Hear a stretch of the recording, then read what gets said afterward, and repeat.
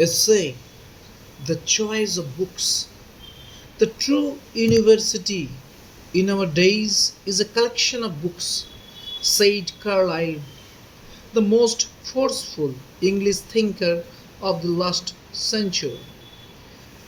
The meaning of this is that any person, even without passing through the gates of an university, might give himself a thorough education by reading widely in a good library. Some of the finest and most cultured person like Robert Browning, Rabindranath Tagore, and Sarojini Naidu educated themselves in this way. But there are so many books published these days. Not all of them are good. Some are positively mischievous. The problem for the reader is how to choose what to read and what not to read. It is really a difficult problem for the grown up man whose tastes are formed. The problem is there, but it is not disturbing. For the young, however, it is apt to be extremely perplexing. There must be some rules to guide some men to advise them. It is best, in the first instance, to read only classics of literature.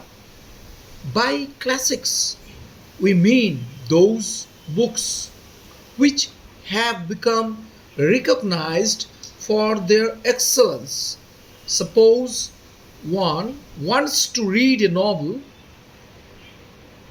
it is best to begin with the works of well known and established writers. With Scott and Dickens, with Bankim Chandra's Ananda Math or Rabindranath's Gora, or perhaps it is poetry that one wants to read. One can begin by reading the poetry of Madhusudan or of Rabindranath or Wordsworth or of Keats. By reading the classics, the best books of the best authors, one's tastes will be formed, one's judgment will be trained, one will develop the habit of being satisfied only with the best of everything. Having done read the best, one will disdain to read what is second best.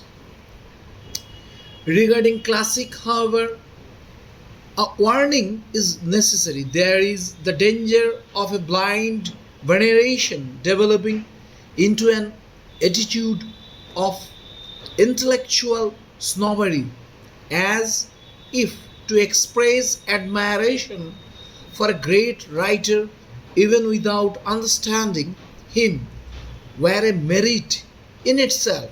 Such an attitude prevents proper exercise of one's own judgment more than anything else. If people had gone by the dictum, never read any but famed books, many worthy writing of today would have remained neglected. If the cult of modernizing, that is, the vanity of being modern, is bad, equally so is the uncritical contempt for moderns that many intellectual highbrows are too fond of proclaiming. One of the objects of studying the ancient is to be able to appreciate whether is good and wherever it is found. The study of classics form one's taste and judgment. Modern books are not to be neglected or despised. Modern poetry or novels should, however, be read only after one's taste has been formed by reading the classics. But books on general topics for getting knowledge and information must be always read. It is useful to consult reviews of books published in the respectable journals. For the beginner, reading whatever comes to one's hand is no good. Hence, one's choice must be guided by knowing men. Of course, it may be dictated by some urgent need. In these days, it is necessary to know a great deal of many things.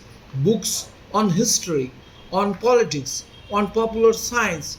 This should always be widely read.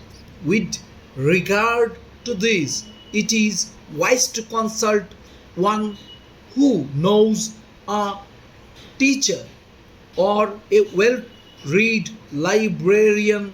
Attempt should be always made to get the best available books. One should know some preference for books dealing with the people and problem of one's own country.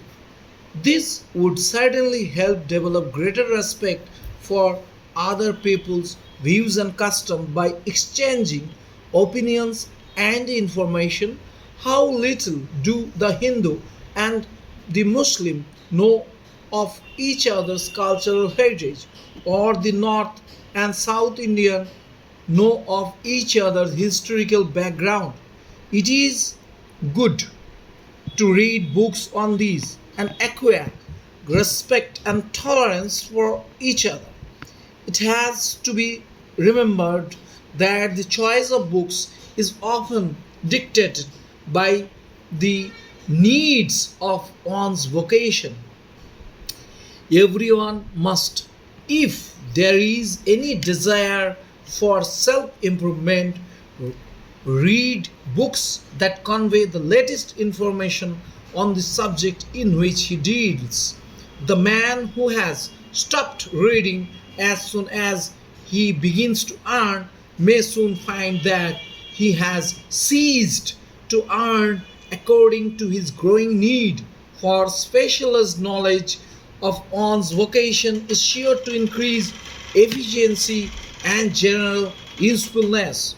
When one has picked up considerable acquaintance with the world of books, it will be found that one has unconsciously developed a peculiar instinct for choosing the right sort of books suited to one's need and temperament.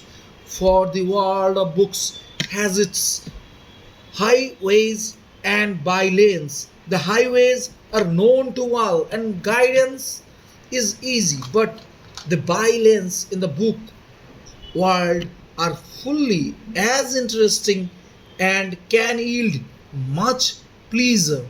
When one has picked up an insight into these, one is no longer merely a reader of books but a connoisseur as well, not only a bibliophile but a bibliolater.